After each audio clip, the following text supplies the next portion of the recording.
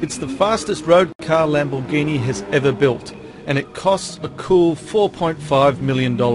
Meet the Lamborghini Veneno, an ultra-exclusive supercar based on the V12-powered Aventador. The Italian car maker pulled the covers off the ballistic carbon fibre sports car on the eve of the Geneva Motor Show, which kicks off later today.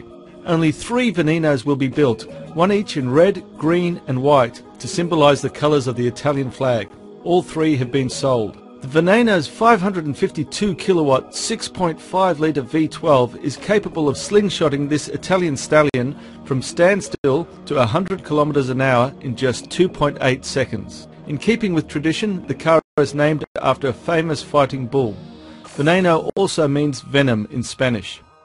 The Veneno has been built to mark Lamborghini's 50th anniversary and to spoil the launch of arch-rival Ferrari's successor to the Enzo, which will be unveiled later tonight in Geneva.